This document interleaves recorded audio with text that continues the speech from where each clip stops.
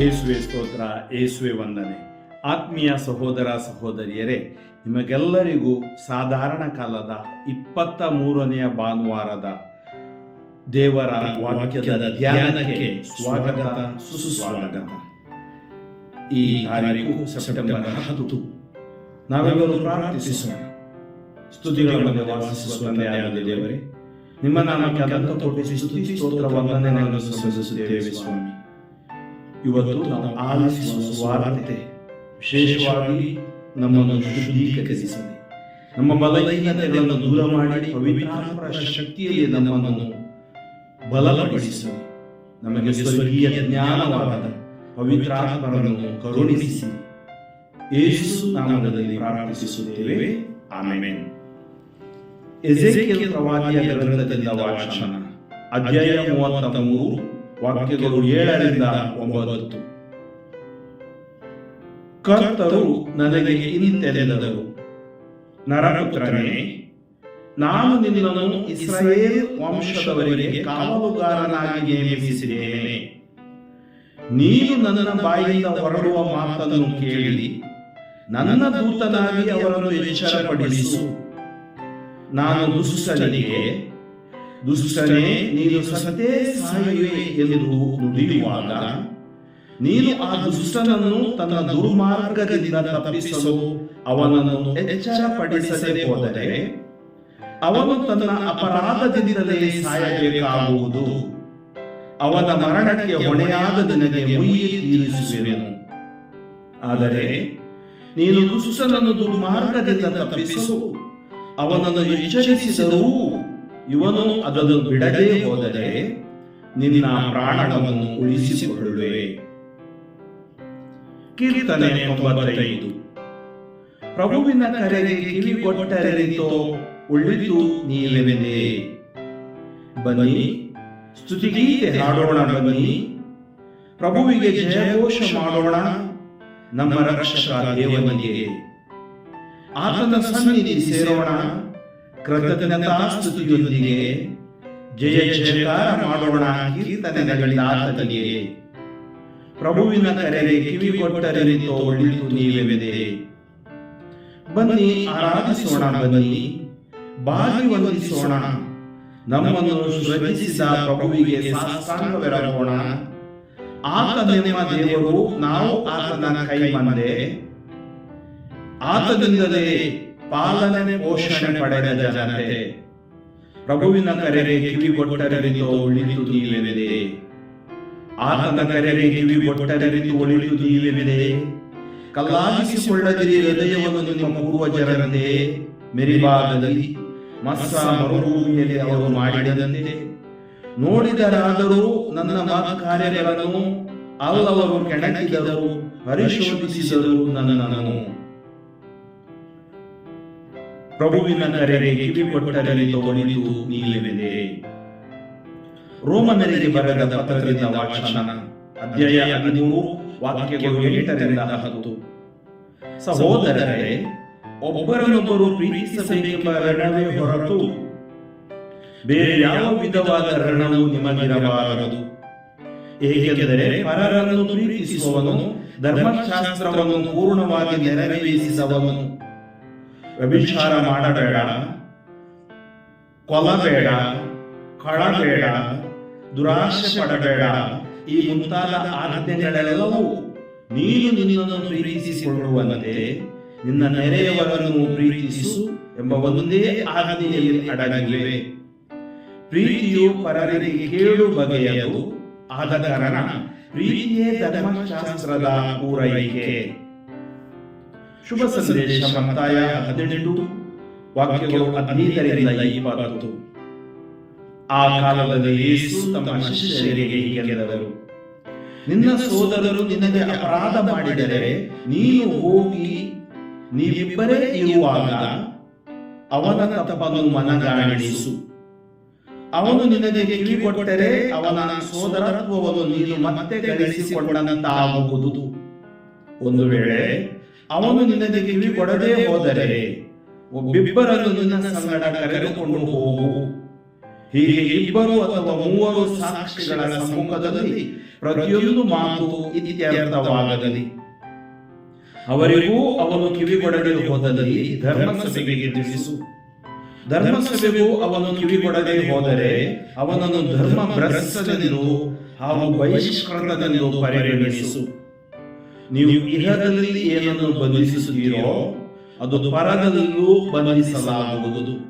ನೀವು ಇಹದಲ್ಲಿ ಏನನ್ನು ಬಿಚ್ಚುತ್ತೀರೋ ಅದು ಪರದಲ್ಲೂ ಬಿಚ್ಚಲಾಗುವುದು ಎಂದು ನಿಮಗೆ ಖಚಿತವಾಗಿ ಹೇಳುತ್ತೇನೆ. ಇನ್ನೂ ನಾನು ನಿಮಗೆ ಹೇಳುವುದು ಏನೆಂದರೆ, ನಿಮ್ಮಲ್ಲಿ ಇಬ್ಬರು ತಾವು ಬೇಡಿಕೊಳ್ಳುವ ಯಾವುದಾದರೂ ವಿಷಯವಾಗಿ ಇಹಲೋಕದಲ್ಲಿ ಒಮ್ಮನಸ್ಸುಳ್ಳವರಾಗಿದ್ದರೆ ಅದು ಸ್ವರ್ಗದಲ್ಲಿರುವ ನನ್ನ ತಂದೆಯಿಂದ ಅವರಿಗೆ ಕೈಗೂಡುತ್ತದೆ.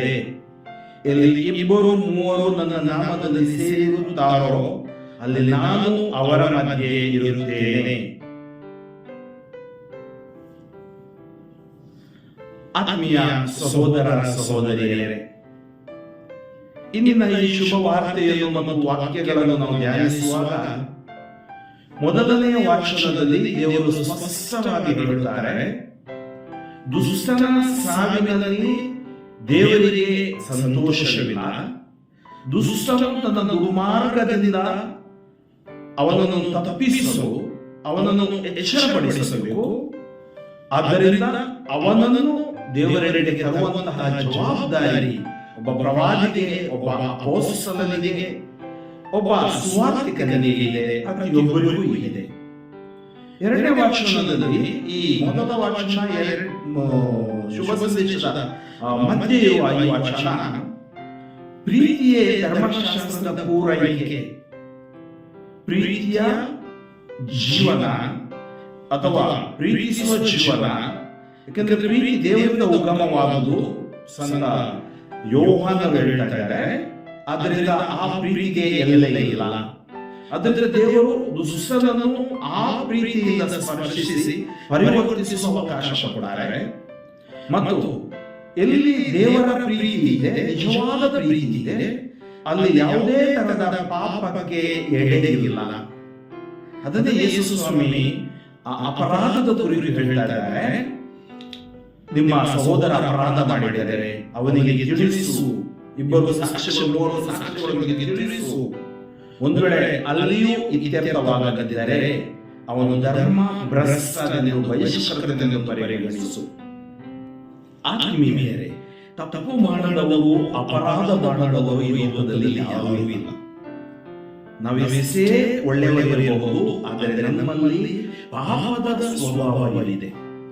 ಯಾವಾಗ ಪಾಪದ ಸ್ವಭಾವ ನಮ್ಮ ಮೇಲೆ ದಬ್ಬಾಳಿಕೆ ಮಾಡುತ್ತದೆ ಅಥವಾ ನಮ್ಮ ಮೇಲೆ, ನಮ್ಮ ಆಲೋಚನೆಗಳ ಮೇಲೆ ಪ್ರಭಾವ ಬೀರುತ್ತದೆ, ಅದು ನಮ್ಮನ್ನು ಕೆಲವು ಸರಿ ಸ್ವಾರ್ಥಿಗಳನ್ನಾಗಿ, ಅಹಂಕಾರಿಗಳನ್ನಾಗಿ, ಗರ್ವಿಗಳನ್ನಾಗಿಯೂ ಮಾಡಲು ಸಾಧ್ಯವಿದೆ. ಧರ್ಮ ಭ್ರಷ್ಟನಾಗುವುದು ಸುಲಭ, ಧರ್ಮ ನಿಷ್ಠನಾಗುವುದು ಕಷ್ಟ. ಅಪರಾಧಿಯಾಗುವುದು ಸುಲಭ, ನಿರಪರಾಧಿಯಾಗಿ ಜೀವಿಸುವುದು ಕಷ್ಟ. ದ್ವೇಷಿಸುವುದು ಬಹಳ ಸುಲಭ, ಪ್ರೀತಿಸುವುದು ಬಹಳ ಕಷ್ಟ. ಕೆಟ್ಟದ್ದು ಮಾಡಲು ನಮ್ಮ ಮನಸ್ಸು ಬೇಗನೆ ಚಾಲನೆ ಮಾಡುತ್ತೆ.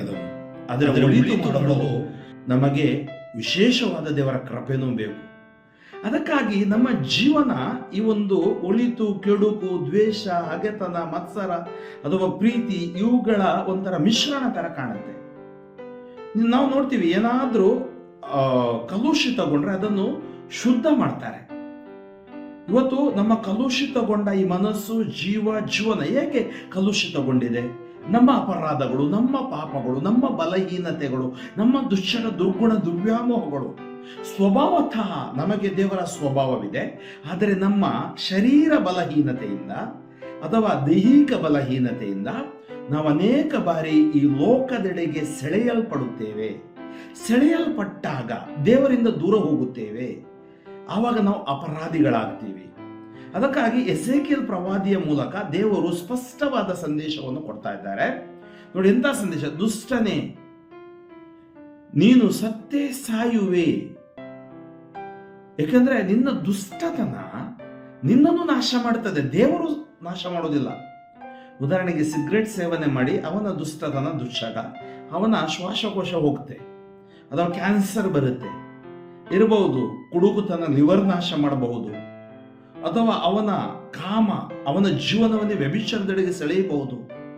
ಆದ್ದರಿಂದ ನಿನ್ನ ದುಷ್ಟತನ ನಿನ್ನನ್ನು ನಾಶ ಮಾಡ್ತಾರೆ. ಅದೇ ಎಜೆಕಿಯೇಲ್ ಪ್ರವಾದಿಯ ಗ್ರಂಥದಲ್ಲಿ ದೇವರು ಹೇಳ್ತಾರೆ, ದುಷ್ಟನ ಸಾವಿನಲ್ಲಿ ನನಗೆ ಲವಲೇಶವು ಸಂತೋಷವಿಲ್ಲ. ದೇವರು ಸ್ಯಾಡಿಸ್ಟ್ ಅಲ್ಲ, ಇನ್ನೊಬ್ಬರ ನೋವಿನಲ್ಲಿ ಸಂತೋಷ ಪಡುವವರಲ್ಲ.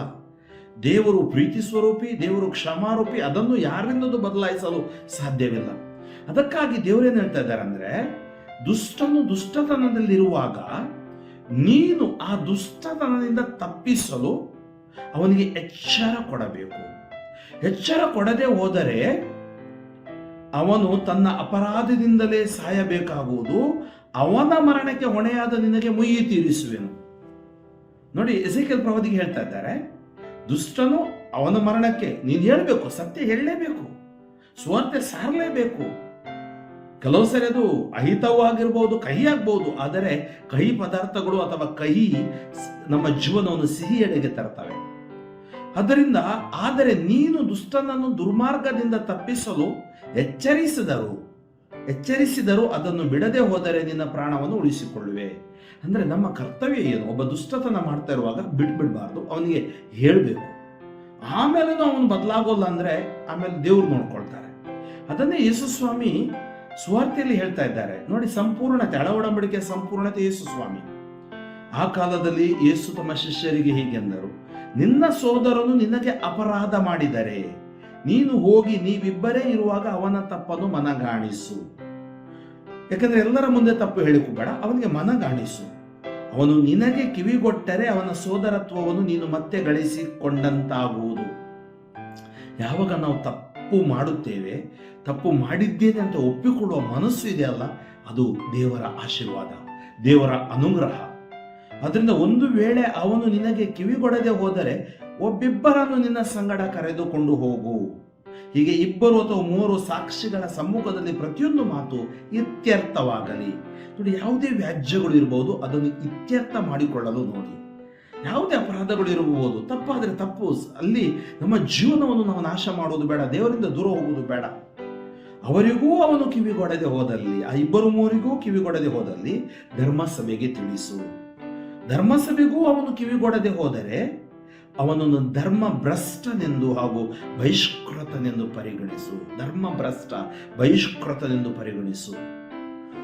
ಆದ್ದರಿಂದ ದೇವರು ಹೇಳ್ತಾರೆ, ನೀವು ಏನು ಇಹದಲ್ಲಿ ಬಂಧಿಸುತ್ತೀರೋ ನೋಡಿ, ಅಲ್ಲಿ ಪ್ರವಾದಿಗೂ ಹೇಳ್ತಾರೆ, ಇಲ್ಲಿ ಅಪೊಸ್ತಲರಿಗೂ ಶಿಷ್ಯರಿಗೂ ಹೇಳ್ತಾ ಇದ್ದಾರೆ, ಏನು ಬಂಧಿಸುತ್ತೀರೋ ಪರದಲ್ಲಿ ಬಂಧಿಸಲಾಗುವುದು, ಏನು ಬಿಡುಗಡೆ ಮಾಡ್ತೀರೋ ಅದನ್ನು ಪರದಲ್ಲೂ ಬಿಚ್ಚಲಾಗುವುದು. ಅಂದರೆ ದೇವರು ಅವರಿಗೆ ಸೇವಾಧಿಕಾರವನ್ನು ಕೊಡ್ತಾರೆ. ಅದಕ್ಕಾಗಿ ನಮ್ಗೆ ಇವತ್ತು ಸಂಸ್ಕಾರಗಳಿವೆ, ಅದರ ಮೂಲಕ ಕ್ಷಮಿಸುವ ಅಧಿಕಾರವನ್ನು ಪವಿತ್ರ ಸಭೆ ಅವರ ಸೇವಕರಿಗೆ ಕೊಡ್ತಾ ಇದೆ.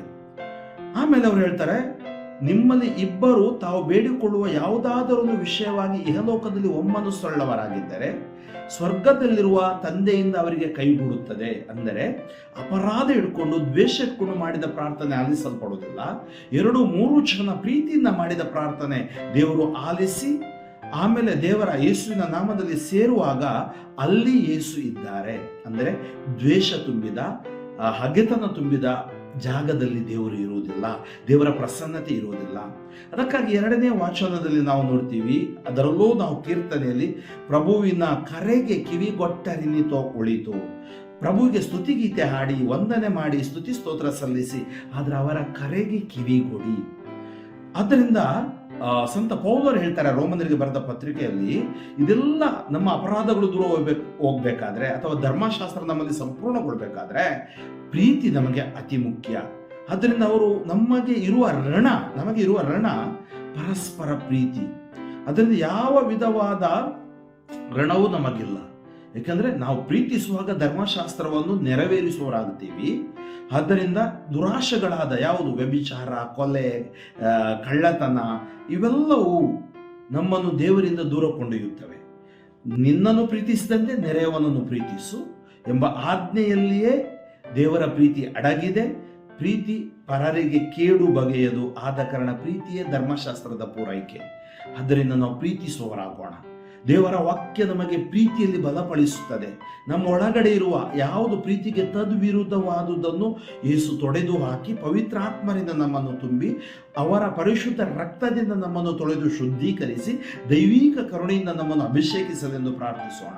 ಸ್ತುತಿಗಳ ಮಧ್ಯೆ ವಾಸಿಸುವ ತಂದೆಯಾದ ದೇವರೇ, ನಿಮ್ಮ ನಾಮಕ್ಕೆ ಅನಂತ ಕೋಟಿ ಸ್ತುತಿ ಸ್ತೋತ್ರ ವಂದನೆಗಳನ್ನು ಸಲ್ಲಿಸುತ್ತೇನೆ. ಇಂದು ನಾವು ಆಲಿಸಿದ ಈ ಸುವಾರ್ತೆ ನಮ್ಮನ್ನು ಶುದ್ಧೀಕರಿಸಲಿ. ನಮ್ಮ ಅಪರಾಧಗಳು, ನಮ್ಮೊಳಗಡಿರುವ ಬಲಹೀನತೆಗಳನ್ನು ಒಪ್ಪಿಕೊಂಡು ಪಶ್ಚಾತ್ತಾಪದಿಂದ ಕಣ್ಣೀರಿನಿಂದ ಅವುಗಳನ್ನು ಬಿಟ್ಟು ಬಿಡುವಂತೆ ನಮಗೆ ಬೇಕಾದ ಆತ್ಮರ ಶಕ್ತಿಯನ್ನು ಕರುಣಿಸಿರಿ. ಇದೋ ಕಠಿಣ ಮನಸ್ಸುಳ್ಳವರ ಮನಸ್ಸುಗಳನ್ನು ಪರಿವರ್ತಿಸು ಸ್ವಾಮಿ. ಎಲ್ಲಿ ಪ್ರೀತಿಯ ಕೊರತೆ ಇದೆ ಆ ಕುಟುಂಬಗಳಲ್ಲಿ, ಆ ವ್ಯಕ್ತಿಗಳಲ್ಲಿ, ಆ ದಂಪತಿಗಳಲ್ಲಿ, ಆ ಯುವಕ ಯುವತಿಯರಲ್ಲಿ ಪ್ರೀತಿ ತುಂಬಲ್ಪಡಲಿ. ನಿಮ್ಮ ಪ್ರೀತಿ ಇದೇ ನಿಮಿಷ ಇಳಿದು ಬರಲಿ. ನಿಮ್ಮ ಪ್ರೀತಿಯಿಂದ ಅವರನ್ನು ತುಂಬಿ ಅಭಿಷೇಕಿಸಿರಿ. ಎಷ್ಟೋ ಮಂದಿ ಪ್ರಾರ್ಥನೆಗಳು 2-3 ಜನ ಕೇಳುವಾಗ ನೀವು ಅಲ್ಲಿ ಇರ್ತೀರಿ, ನೀವು ಆಲಿಸುತ್ತೀರಿ ಎಂದಿದ್ದೀರಿ ಸ್ವಾಮಿ. ಈ ಜನರ ಪ್ರಾರ್ಥನೆಗಳನ್ನು ಆಲಿಸಿ ಅದ್ಭುತಗಳನ್ನು ಕರುಣಿಸಿರಿ. ಎಲ್ಲ ರೋಗ ರುಜಿನಗಳು ಯೇಸು ನಾಮದಲ್ಲಿ ಬಿಟ್ಟು ಸುಟ್ಟು ಬೂದಿಯಾಗಲಿ. ಯೇಸು ನಾಮದಲ್ಲಿ ಪ್ರಾರ್ಥಿಸುತ್ತೇನೆ. ಜೀವವುಳ್ಳ ತಂದೆಯೇ, ಸರ್ವಶಕ್ತ ದೇವರಾದ ಪಿತಾ, ಸುತ ಮತ್ತು ಪರಿಶುದ್ಧಾತ್ಮರು ನಿಮ್ಮನ್ನು ಆಶೀರ್ವದಿಸಲಿ. ಫಾದರ್ ಫ್ರಾಂಕ್ಲಿನ್ ಡಿಸೋಜ, ಶಿವಮೊಗ್ಗ ಧರ್ಮಕ್ಷೇತ್ರ, ನನಗಾಗಿಯೂ ನನ್ನ ಸ್ವಾರ್ಥ ಸೇವೆಗಾಗಿಯೂ ಪ್ರಾರ್ಥಿಸಿರಿ. ಸಾಧ್ಯವಾದಷ್ಟು ಜನರೊಂದಿಗೆ ಈ ಸ್ವಾರ್ಥೆಯನ್ನು ಹಂಚಿಕೊಳ್ಳಿರಿ. ಆಮೇಲೆ